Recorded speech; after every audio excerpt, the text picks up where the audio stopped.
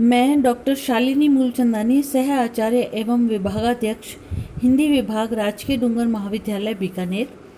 आज हम एमए पूर्वार्ध हिंदी के द्वितीय प्रश्न पत्र साहित्य शास्त्र के अंतर्गत पाश्चात्य काव्य शास्त्र के आई.ए. रिचर्ड्स के संप्रेषण सिद्धांत के विषय में चर्चा करेंगे। आधुनिक युग के पाश्चात्य समीक्षकों में आई.ए. रिचर्ड्स 1893 से लेकर के 1979 ईस्वी तक आपका महत्वपूर्ण स्थान है। आप मनोविज्ञान के क्षेत्र से साहित्य में आए, अतः उन्होंने मनोविज्ञान की सहायता से कविता की सार्थकता और महत्ता के संबंध में नवीन तर्क प्रस्तुत किए हैं। आपने कहा कि आज जब प्राचीन परंपराएं और मूल्यों का विघटन हो रहा है, ऐसे में सभ्य समाज कविता के सहारे ही अपनी मानसिक व्यवस्था बनाए रख सकता है।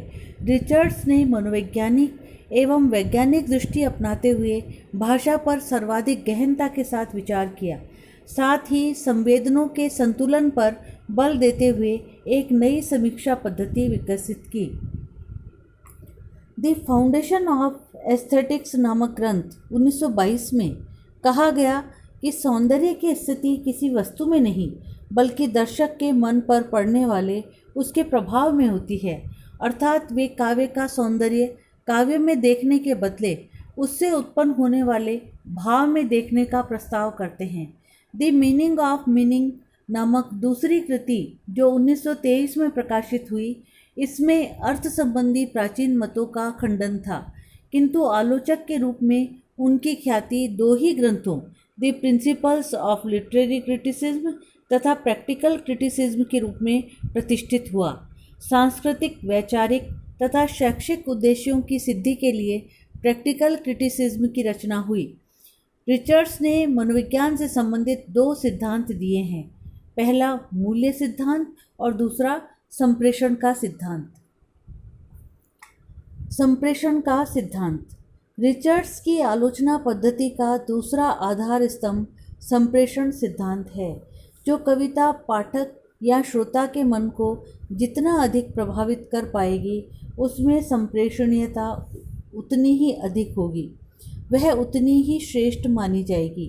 क्रोचे संप्रेषण को अनिवार्य नहीं मानता, वह उसे एक व्यावहारिक तथ्य मानता है और कहता है कि किसी अनुभव को सुरक्षित रखने अथवा उसका प्रचार प्रसार करने की इच्छा से ही कलाकार अपने अनुभव का प्रेषण करता है। रिचर्ड्स प्रेषक या श्रोता को कला से बाहरी न मानकर उसे कला का तात्विक धर्म मानता है। कलाएं वह माध्यम है जिनके द्वारा कलाकार अपनी अनुभूतियों को दूसरों तक पहुंचाने का प्रयास करता है। अनुभूतियां मानव मात्र की होती हैं और किसी न किसी रूप में उन्हें दूसरों को संप्रेषित करते भी सभी हैं, क्योंकि लोक व्यवहार का वह अनिवार्य अंग है। राग, द्वेष, प्रेम, सहानुभूति पारस्परिक संप्रेषण के ही फल हैं, किंतु संप्रेषण की क्षमता सब में एक जैसी नहीं होती। कलाकार और जनसाधारण की अनुभूति में तात्विक अंतर नहीं होता, अंतर होता है अनुभूति की अभिव्यक्ति में। बहुतों की अनुभूति गूंगे का गुड़ होती है। जिस प्रकार गूंगा गुड़ के स्वाद का अनुभव तो करता है, पर उसे कह नहीं पाता, जिसे वाणी का वरदान प्राप्त है, वह उसे कहता भी है और इस तरह से कहता है कि श्रोता या दर्शक उससे प्रभावित हो उठे। प्रभावी अभिव्यंजना को ही संप्रेषण कहते हैं। रिचर्ड्स के अनुसार संप्रेषण का अर्थ न तो अनुभूति का यथावत हूबहू अंतरण है और न दो व्यक्तियों के बीच अनुभूतियों का तादात्म्य, बल्कि कुछ अवस्थाओं में विभिन्न मनों की अनुभूतियों की अत्यंत समानता ही संप्रेषण है। इस प्रकार रिचर्ड्स के अनुसार संप्रेषणीयता के लिए निम्न बातें आवश्यक हैं। पहला, किसी वस्तु के पूर्ण अवबोध के लिए कवि या कलाकार में जागरूकता की शक्ति होनी चाहिए। दूसरा, कलाकार की कलाकृति या कविता या अनुक्रियाएं एक रस या समरूप होनी चाहिए। तीसरा, वे पर्याप्त रूप से विभिन्न प्रकार की हों। चौथा, वे अपने उत्तेजक कारणों द्वारा उत्पन्न किए जाने योग्य हों। और पांचवा, कलाकार में साधारणता का गुण होना चाहिए। रिचर्ड्स कवि या कलाकार में साधारणता के गुण को आवश्यक मानते थे। यदि वह साधारण नहीं होगा तो उसकी मूल्यवान से मूल्यवान कृति भी संप्रेषित नहीं हो सकेगी।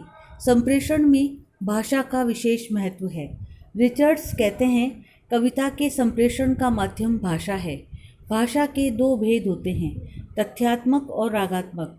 उनका विचार है कि कवि वैज्ञानिक के समान तथ्यों का अन्वेषण नहीं करता, बल्कि रागात्मक अवस्थाओं का सर्जन करता है। भाषा कुछ ऐसे प्रतीकों का समूह है जो श्रोता और पाठक के मन में, कवि के मन में अनुरूप मनस्थिति को उत्पन्न कर दे। शब्द अपने आप में पूर्ण नहीं होते, न स्वतंत्र होते हैं। उनके साथ नाद, शब्द पहचान, भाव विचार, प्रसंग आदि भी जुड़े रहते हैं। भाषा के भाव स्तर इनसे ही निर्धारित होते हैं। धन्यवाद मित्रों, मेरे चैनल को लाइक और सब्सक्राइब करना ना भूलें।